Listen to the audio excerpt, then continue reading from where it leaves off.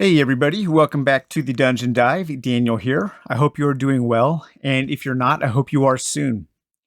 Okay, today on the Dungeon Dive, we are going to be taking a look at Realm Fables and the Sandbox creator. This was a series of books that was kickstarted a year or so ago, and it recently delivered. I was a backer on this. And I want to cover these books right now because I've seen a couple people ask questions in the wake of 5 Leagues from the Borderlands being released. The new kind of hotness in the realms of solo skirmish narrative style games. And one of the things that you do in 5 Leagues from the Borderlands is you are tasked with creating your world at the very beginning. You want to create a very basic map of the continent of the landmass in which you are going to be adventuring, in which you are going to be going on quests and discovering cities and dungeons and all kinds of things like that. And it doesn't give you a ton of advice on how to do that, or the advice that it does gives is very basic. And some people, I've seen some questions from people asking about, how can I create from scratch, a more complex world? Maybe how can I, integrate maybe some churches, some religion, maybe a little bit of an economy, cities, different geographical formations, locations, and all of that kind of stuff. And you want to get a really detailed landmass created, and then you can dive down deeper into the little segments of your landmass to maybe go on little adventures, go on dungeon crawls or hex crawls or city crawls and that kind of stuff. Well, Realm Fables is the book series that you want to look for. And I believe that everything I'm going to be looking at today is going to be available on Drive-Thru RPG or in digital format. I'm not sure if any of the physical books are still available. One of the things that was released in this Kickstarter as a stretch goal was this sandbox creator. And let's take a quick look at that first. This is a very slim book. And I think this book is pretty cool. So this tells you how to create a sandbox, a landmass, or a land mass for sandbox use, perhaps for point crawl style adventuring. And it goes through the step-by-step instructions here on what to do. And to create that landmass, you are going to be using some dice. You are going to be using a deck of cards, and you will be using some of the charts here in the back. So one of the first things you're going to do is you're going to roll a d6 or 2 to determine the kind of geographical locations that you want on your landmass. We have the verdant sandbox, verdant locations. So that is sweeping forests or lush jungles. Creating a verdant sandbox can give the players vast areas to explore, filled with green lands and roads that lie between ancient woodlands. Then we have the wasteland sandbox. Cracked earth and sunlit deserts. A wasteland sandbox can be an extremely dangerous place, venturing forth into endless dunes that shimmer with heat by day and bite like ice at night. Then we have alpine. High mountains and steep slopes covered in waving timberlands. An alpine sandbox can create many challenges for a party. Ice axes and ropes may be needed to traverse here. Grassland sandbox. Prairies and grassy plains. A grassland sandbox may seem to be easier terrain to cover, but what lies in wait within all the tall grasses or across a series of flooded plains? An oceanic sandbox. Open oceans, misty shorelines, and desert islands. An oceanic sandbox can allow the party to take to the high seas. And then we have the planar sandbox. The weird and wonderful interdimensional planes. Planes of the elements fire, earth, air, and water. So those are the 6 different kinds of land masses that we are able to create from. And I think what I would do if I was just going to create something from scratch is I would roll a couple d6, and we have a 4 and 2. So for our land masses here, we have wastelands, and so we have, let's see, wastelands, and 4 was grasslands. So we would be creating something that would incorporate grasslands, and wastelands in our landmass. And then the next thing you're going to want to do is you're going to want to take a deck of cards, and the other Realm Fables books also use a deck of cards in order to generate some of your random elements. And just give those a quick shuffle here.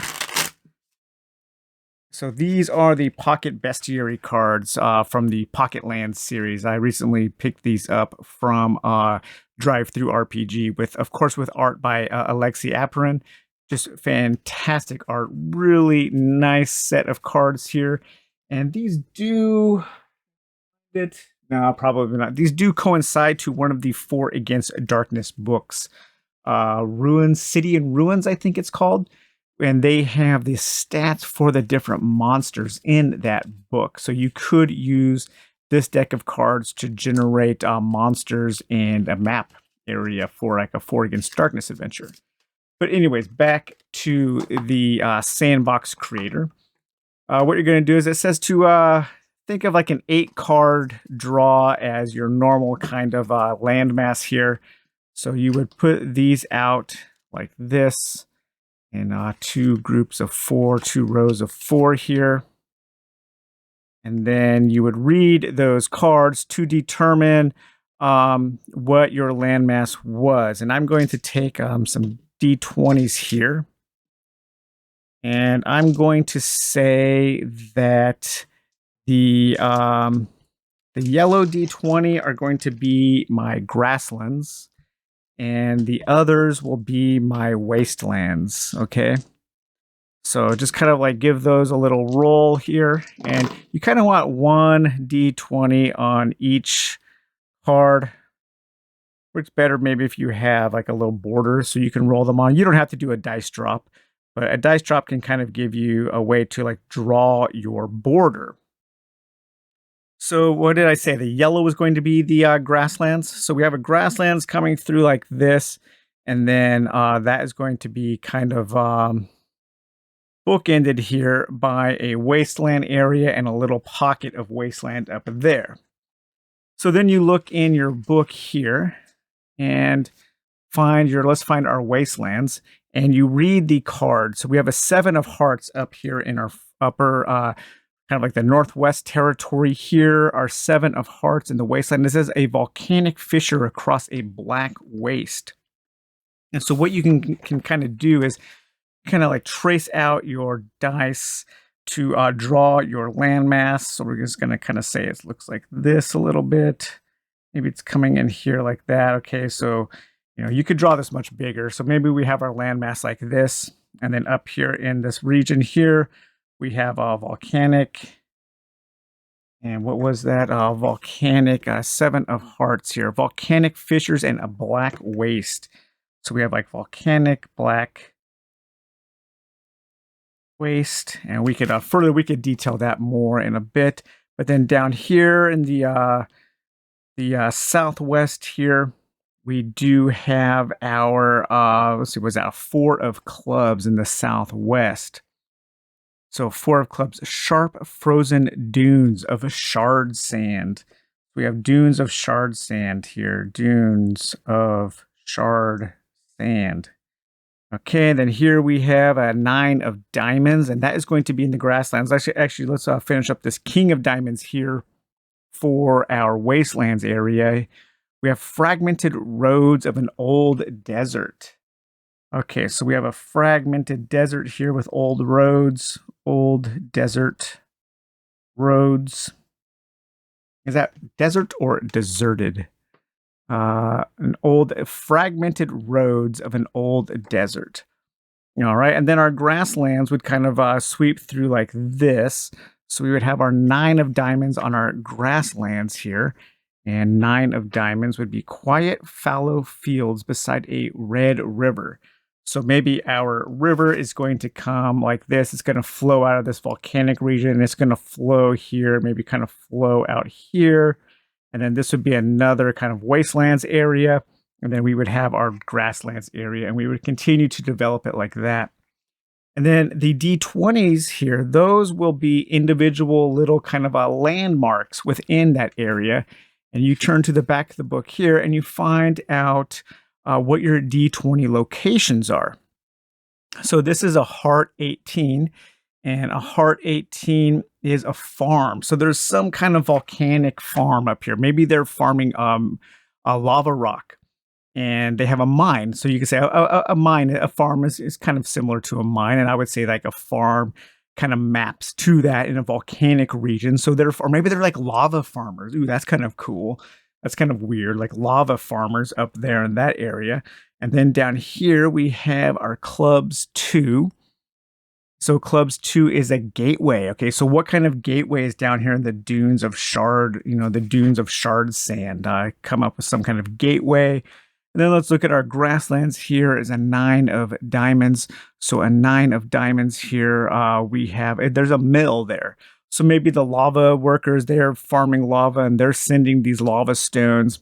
Now, by the time the lava reaches the mill here, they've hardened into like obsidian or something, and then the mill is mining, is milling those stones to pass on through. So as you can see, it's pretty easy to create an interesting and random table in here, or landmass for you to work with. Another thing you do is you want to figure out the connections between all of these areas. And it says to use coins, but I'm just going to use dice. So we're going to say, odds, there is a connection, or evens, there is a connection, odds, there aren't. And you just want to roll those and kind of lay those in between the cards like this. And then you can kind of figure out how these different areas are connected. Maybe I need a couple more here like that. Okay, so evens, there's an easy connection between the two areas. So these two areas are easily connected. These two areas are connected. But this area and this area are actually kind of separated off by some kind of either geographical or magical or maybe man-built location, some kind of wall or impenetrable forest or crags or maybe a magical barrier. And so this helps you kind of create the points and how you want to travel the land. And that is kind of illustrated here by how maybe you might want to be traveling through your land and how some areas are going to be sectioned off from the others. But yeah, pretty cool. This is a neat little book. I like the way it works out. You can have different themes. So if you want to look up some different themes to add to your landmass, so you could say 3 of hearts here. The moon burns red at night. Okay, so that's kind of a signifier of this particular area. You can have theme prompts where you could roll a d20 and consult here 19. Something about a hero's sacrifice. Maybe some area here was had something to do with a single a hero's sacrifice. There's genre themes that you can roll up, and it also has some charts to create some NPC characters with some of their intentions, groups and guilds. Sandbox structure. This gives you some ways to play within your sandbox, and also some note-taking topics.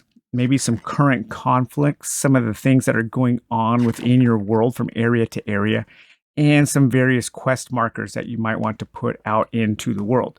But this is a pretty neat way to very quickly generate an entire landmass with some interesting things to spark ideas to drill down into for single adventures. And I could see that being very handy for people just now getting into 5 leagues from the Borderlands. Okay, so now let's dive into volumes 1 and 2 of the Realm Fables. We'll probably take a look at these at the Preformed Settings Volume 1 and the Miscellany in the next video. So Volume 1, this is kind of like where it all starts here. And this says that Realm Fables are source books containing a collection of micro settings, tables for random generation, and much more for your favorite fantasy role-playing games. Most content and tables within use bold, large fonts to make them easy to read on the fly while at the table.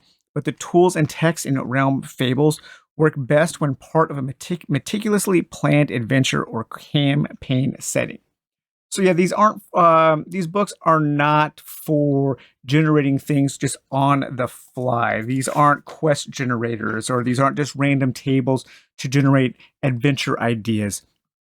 These books are for you as either the GM or the solo player to start a foundation upon which you can build your other things.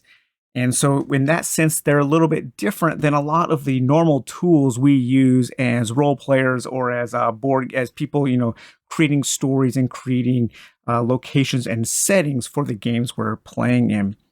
So we have our intro contents, different locations you can have, different types of dungeons, how to build items and NPCs. So here we have our world building arrowhead. And so this kind of just gives us an overview of the philosophy behind using Realm Fables. So we have our world continent is at the top here. Then it drills down into locations, dungeons, items, NPCs.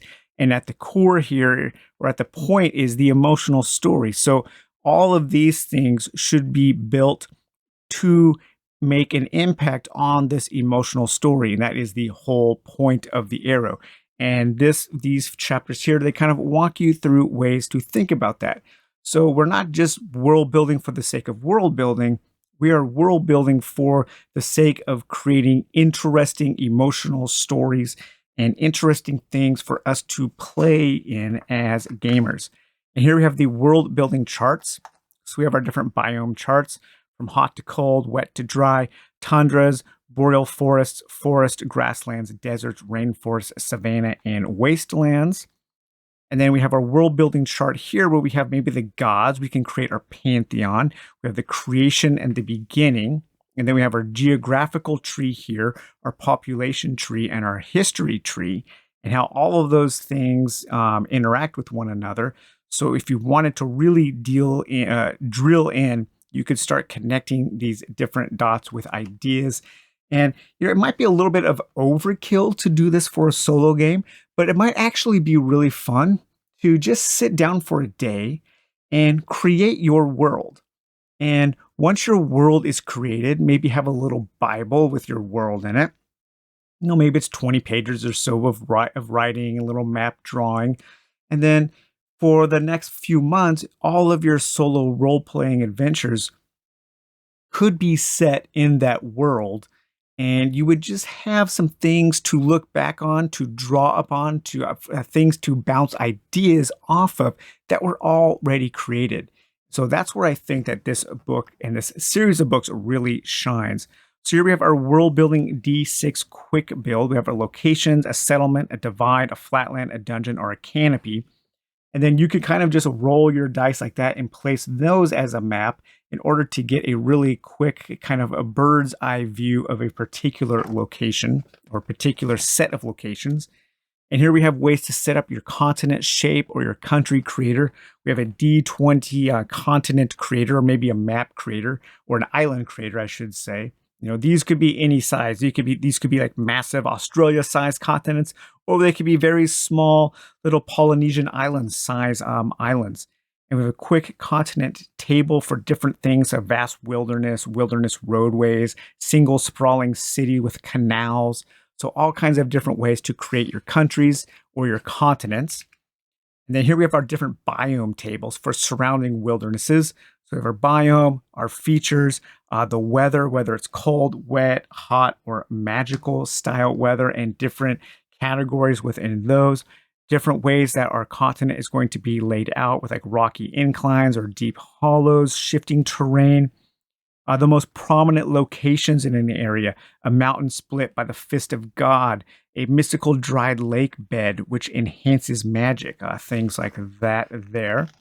And then we can drill in a little narrower into our cities, and it gives us some very basic city layouts, some popular styles of city layouts there.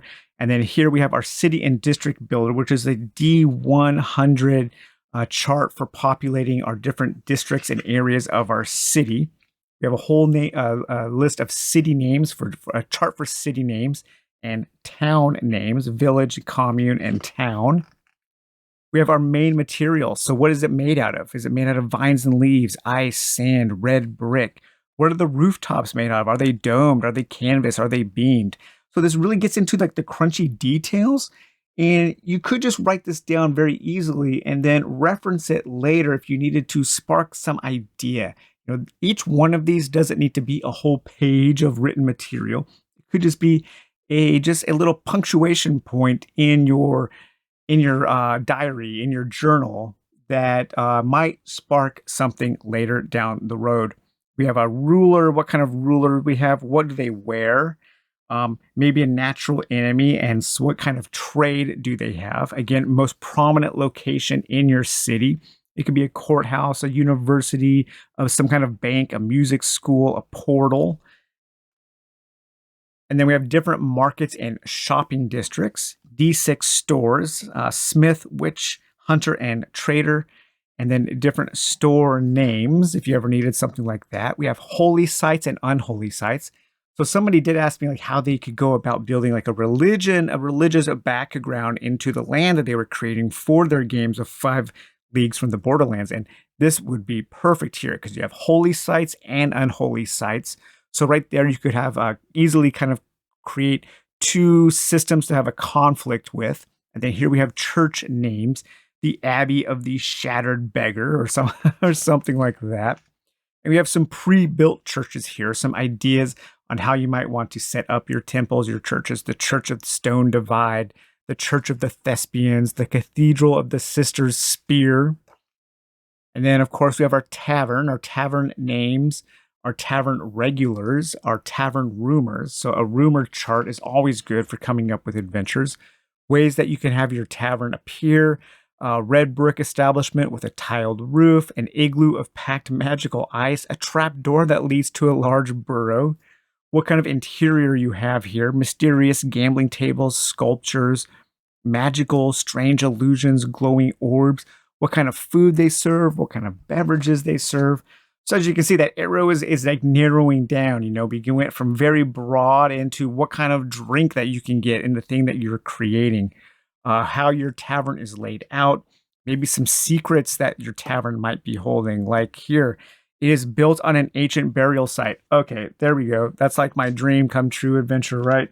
Where you have a tavern, your characters own a tavern that is built upon a dungeon, and during the day they are bartenders, they are tavern keepers, and at night they are adventurers digging deep into the dungeon that they just happen to own now because they own the only entrance into that dungeon because of the tavern that they purchased. Okay, then we're going to dig deeper into our 7-step dungeon.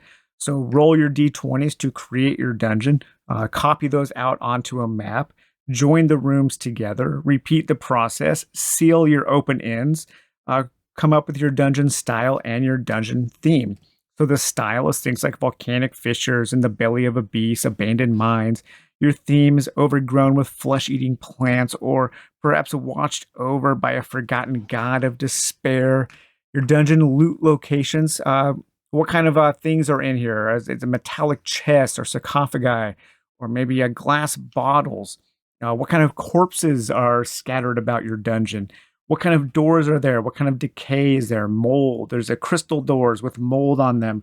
What kind of light is in your dungeon? What does it smell like? We have environmental hazards here for choking, smoke, thick mist, a whole D20 traps with poison darts, drain life rune, that kind of stuff there. We have our dungeon dressing. So we have ornate gold door, an unrefined flaming water feature, a dusty magical altar, that kind of stuff there, and a whole chart of different monsters. But these monsters, it's more descriptive. So you might come across a wailing, shaggy-haired, immortal bandit, or a silent, bloated, mythical genie, a sneaking, diseased, spectral zombie, that kind of stuff there. So, I mean, you could easily come up with an adventure just from that chart alone. Okay, then we're going to move into the forests. So you have your forest items, different things you can forage for, maybe a cursed forest, your coastal items.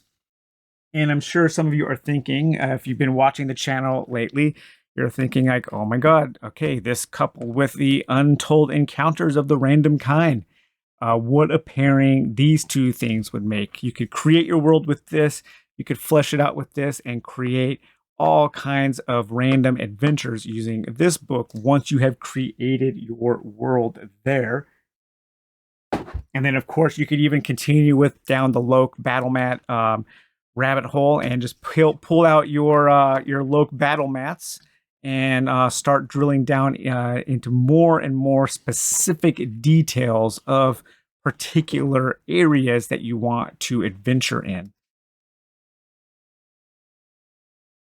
The yes, it's just endless possibilities. If only we had endless time, right? We have our tundra, desert items, jungle items, grassland items, quick item creation, a melted pendant that's inferior, standard, a durable hat, maybe a crystal flagon, or maybe a poisonous ring, all kinds of different things there. The buckler of archetypes. Creating a personality archetype for an NPC can help you to guide their motivations through sessions and make sure they stay consistent and feel real within the world and have goals with consequences.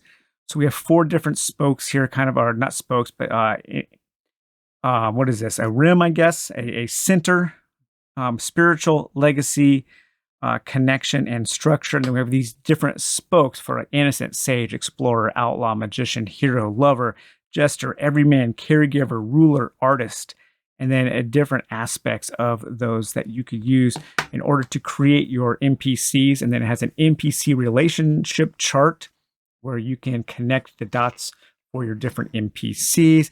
And then a list of 500 different NPC names, NPC factions. We can have behavior charts, actions, NPC ideas, and unique NPCs. So yeah, just in this one pretty slim book, 50 pages or so. So much possibility for cool things. And then World Generator Volume 2 continues on those ideas, and it has some things similar to the little sandbox book, but ways of using cards to generate different landmasses. I like how this, to generate continents, you lay the cards out in a cool pattern, and then you kind of draw your map to be that pattern instead of using like a dice drop system.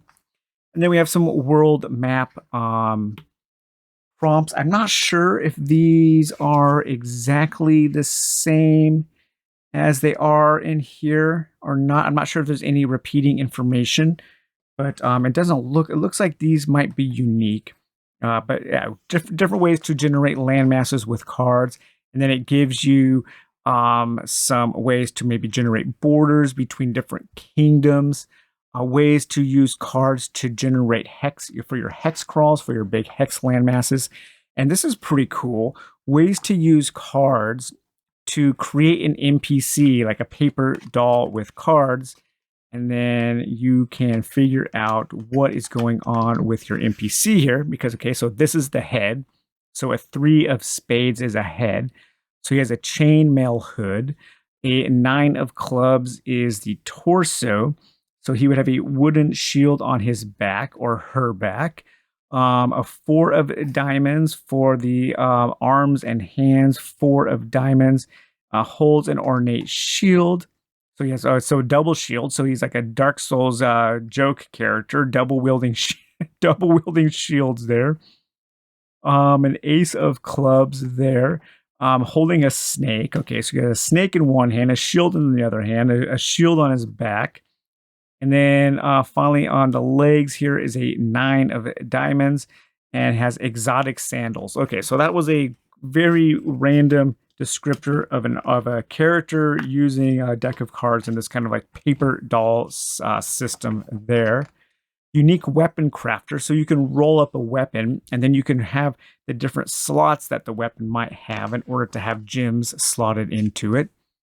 And then this gets down into kind of a drop dice system for generating a town or a village using some dice and a dice, maybe a dice tray. You could drop those in, and where they are, that is kind of like how the town was built for these kind of like random little rural towns or something like that.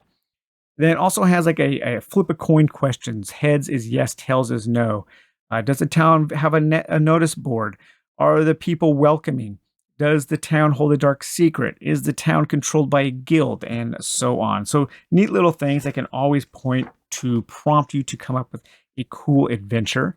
It also has a dungeon dice drop, so a way to generate a dungeon by just dropping some dice on the table, connecting dots, and looking up things on charts.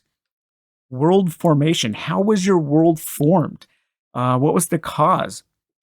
Was the cause, let's see, 12 here, was an advanced species, and they created the moon, and the moon was maybe released some kind of void beast, and an alternate reality exists within mirrors. So, yeah, connect those dots and come up with something there. We have a pantheon. So here's our pantheon of gods with what kind of gods might be present for worship. Timeline of events. So we have this timeline here, so we can create the major events of our city, of our landmass. This is kind of like a little. This is kind of like almost veering into that microscope territory. Microscope is also a really good game to play before the game to generate these kinds of ideas. But what is your current era? What technology level? What's the most valuable commodity in your world? Different kinds of magic system, the rules of magic and the downsides of that magic, what it costs, what type of magic, what the need is, and who has that. Maybe we have some universities and cults for different kinds of magic schools, traditions, celebrations, and ceremonies.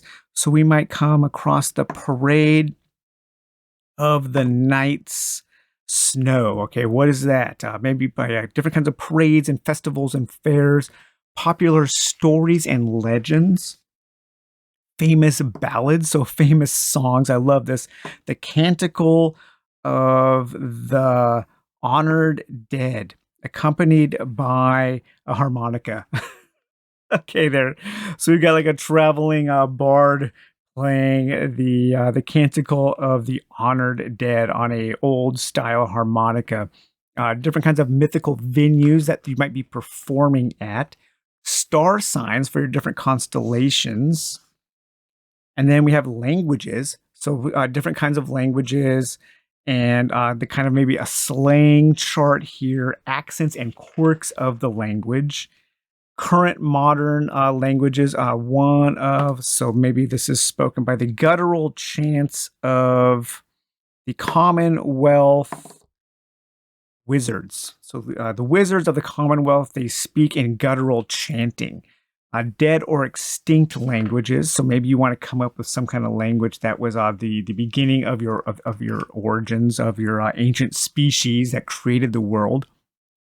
Maybe you want to look into some alphabets and what kind of alphabet your world has.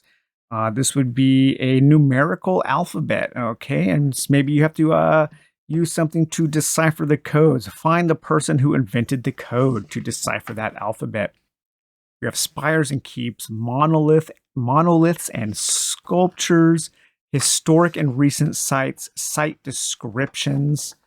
So much. And then it goes into wilderness landmarks for all of your different regions: woodlands and forests, deserts and wastelands, coastlands, farmland, grassland, jungles, and planter. Natural landmarks, man-made landmarks by the kind of element that they are made out of.